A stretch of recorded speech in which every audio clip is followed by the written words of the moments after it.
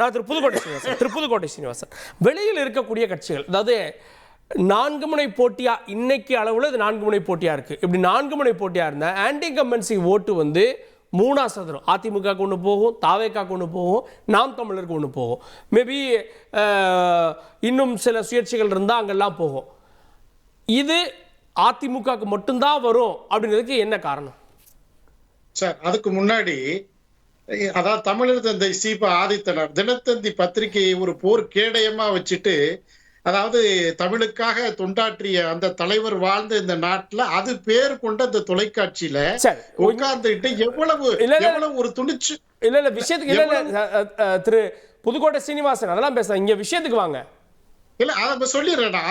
அந்த துணிச்சலோட இதயதுள்ள சொல்றாரு பாருங்க. இந்த கருத்தை மொழிக்கு வந்து காங்கிரஸ் கவலைப்படுறது எவ்வளவு பெரிய ஒரு லாஜிக் பாருங்க.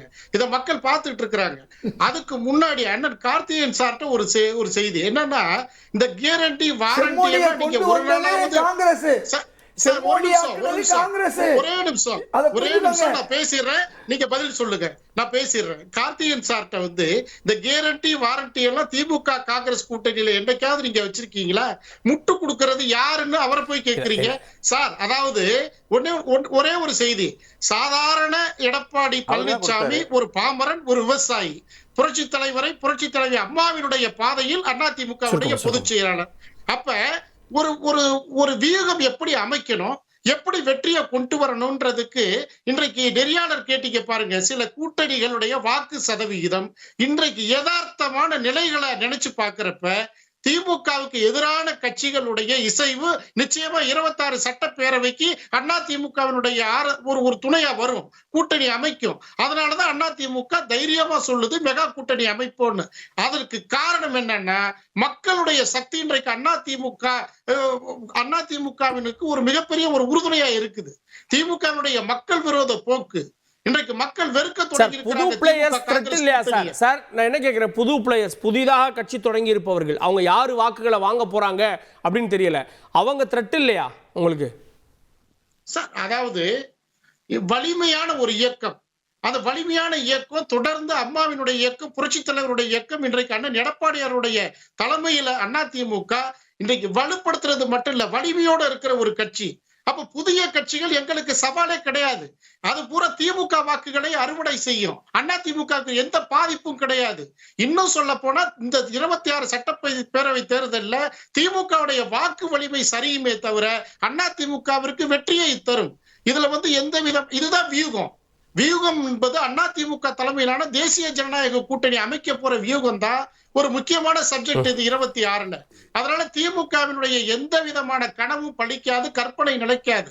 அண்ணன் கார்த்திகேயன் சார் வந்து உட்கார்ந்துட்டு என்ன வேணாலும் சொல்லலாம். பாஜக நீங்க ஓபிஎஸ் போயிட்டாரு, அவர் போயிட்டாரு, இவர் போயிட்டாரு, தர்ம யுத்தம் நீங்க நடத்துனீங்க, அதெல்லாம் நடத்துனாங்க. அதிமுகவுக்கு சம்பந்தம் இல்லாம அதிமுகவால் நீக்கப்பட்டு வெளியில போனவங்களை பத்தி இந்த நேரத்துல நீங்க ஏன் சார் கவலைப்படுறீங்க?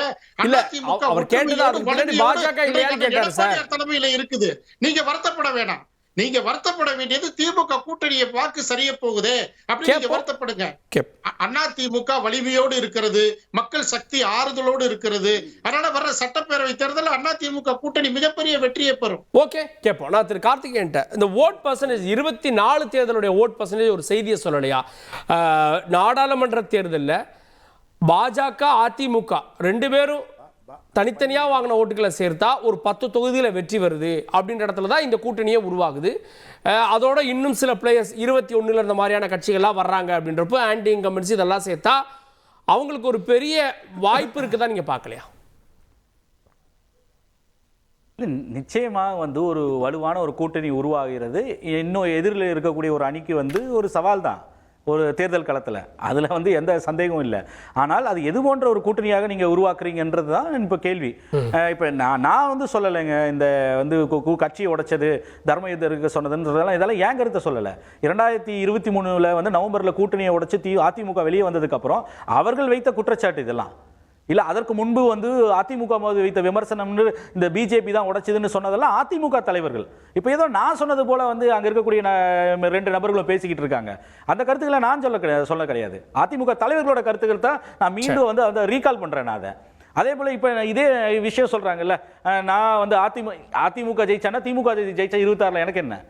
நீங்க இப்போ இருக்கக்கூடிய கூட்டணி எந்த நிலையில இருக்கு, அதே போல வந்து பாஜகவோடு கூட்டணியே கிடையாது அப்படின்ற வார்த்தைகள் செத்தாலும் கூட்டணி கிடையாதுன்னு நான் சொல்லலைங்க. 2 மாசத்துக்கு முன்னாடி வந்து சொன்னது வந்து அதிமுக தலைவர்கள் தொடர்ந்து எங்களை பத்தி இது மாதிரி தவறான பிரச்சாரத்தில் ஈடுபடுகிறார்கள் திமுகவினர் அப்படின்னு சொல்லி, நாங்க மதசார்பற்ற அணி நாங்கள் தான், உண்மையான மதசார்பற்ற அணி நாங்க தான் என்று பாஜகவோடு ஒட்டும் இல்லை உறவும் இல்லை என்ற வார்த்தைகளை சொன்னது பாஜக கிடையாது, நான் கிடையாது, இல்ல திமுக கூட சொல்லல. அதை சொன்னது வந்து அதிமுகவினுடைய முன்னணி தலைவர்கள் இன்க்ளூடிங் பொதுச் செயலாளர் திரு எடப்பாடி பழனிசாமி அவர்கள். அப்ப ஒரு மாதத்தில் அதை மாறும் பொழுது இந்த கூட்டணி மாறுறது தப்பா சரியான்னு நான் சொல்லலைங்க. அவர்களே வந்து சொல்லாங்களே, வழக்கமாக அரசியல்வாதிகளுக்கு அது எல்லா கட்சிகளுக்குமே பொருந்தும், நிரந்தர நண்பரும் கிடையாது எதிரியும் கிடையாதுன்ற அந்த ஒரு விஷயத்தை சொல்லி வந்து ஒரு புள்ளியில இணைன்னு நினைப்பாங்க. அதுல வந்து நான் அது அவங்க இணைந்த அணி விளையாட்டு என்ன மக்கள் வந்து தீர்மானிப்பார்கள், இந்த அணி வெற்றி பெறுமா அந்த அணி வெற்றி பெறுமா அப்படின்றத 2024 மக்கள் தீர்மானிக்கட்டும். ஆனால் நான் வைக்கக்கூடிய விமர்சனம் என்பது உங்களுடைய பேச்சுக்கள் அடிப்படையில் தானே வருது. 2 மாசத்துக்கு முன்னாடி நீங்க வந்து இவர்களோடு செத்தாலும் உறவில்லை அப்படின்னு சொல்லிட்டு, இல்லை நீங்கள் ரகசிய கூட்டணி இன்னும் வைத்துக் கொண்டிருக்கிறீர்கள் பாஜகவோடு அப்படின்னு அதிமுக எதிரில் இருக்கக்கூடிய திமுக அணி வைக்கும் பொழுது இல்லைன்னு அதை மறுதளிச்சுட்டு இன்னைக்கு கூட்டணி வச்சுட்டு எங்களை பார்த்து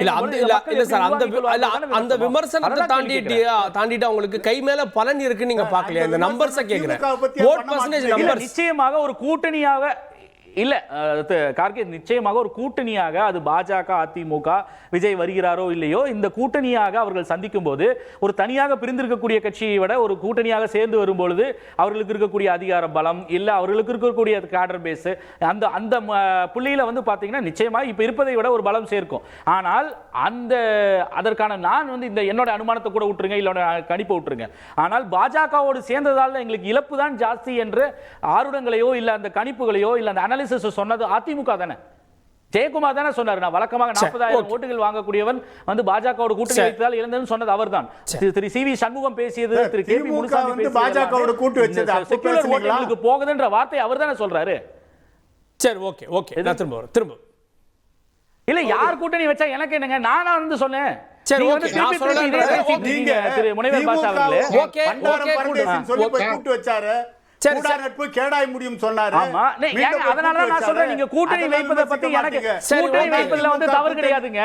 ஆனால் நீங்க வந்து 1 மாசத்துக்கு முன்னாடி பேசிட்டு இப்ப போய் ஓட்டு கேட்டா யார் ஓட்டு போடுறது? 2021 ஓகே ஓகே, இல்ல நான் ஓட்டு இல்லங்க, நான் இத மட்டும் சொல்லிடுறேன் கார்கி, இத மட்டும் நான் இல்ல கார்கி, இத மட்டும் நான் சொல்லிடுறேன். அதுதான் மக்கள் இல்ல அதெல்லாம் நான் இதுக்கு மட்டும் பதில் சொல்லிடுறேன். 21 இதே தவறை தான் அதிமுக பாஜக செஞ்சாங்க. கடைசி வரை வந்து அவர்கள் வந்து 2019க்கு அப்புறம் இல்ல 19 இதே நடந்தது, 21 இதே தான். கடைசி வரை அவர்களுக்குள்ள ஒரு முரண். 2019 பெரிய படுதோல்வி பாராளுமன்ற தேர்தலில் அடைந்ததுக்கு அப்புறம் ஒரே ஒரு சீட் வெற்றி பெற்றாங்க தேனியில. அதற்கப்புறம் வந்து பரஸ்பரம் 2 தரப்புலையும் வந்து மாறி மாறி குற்றச்சாட்டுகள் வைத்துட்டு கடைசியில தேர்தல் நெருங்கும் வேளையில இல்லைன்னா வந்து ஒரு 6 மாதங்களுக்கு முன்பு போய் கூட்டணி வச்சு சட்டமன்ற தேர்தலை சந்தித்தப்போ பெரிய வந்து ஒரு பின்னடைவை சந்திச்சாங்க. நீங்க இதே போலதான் இப்பவும் போய் வந்து நீங்க என்ன ஒரு முன்னாடி பண்றீங்க, ஆனா தொடர்ந்து வந்து உங்களுக்குள்ள பரஸ்பரம் வந்து தோல்விக்கு காரணம் இந்த கட்சி அந்த கட்சி தான் மாற்றி மாற்றி குற்றச்சாட்டு வைக்கிறீங்க.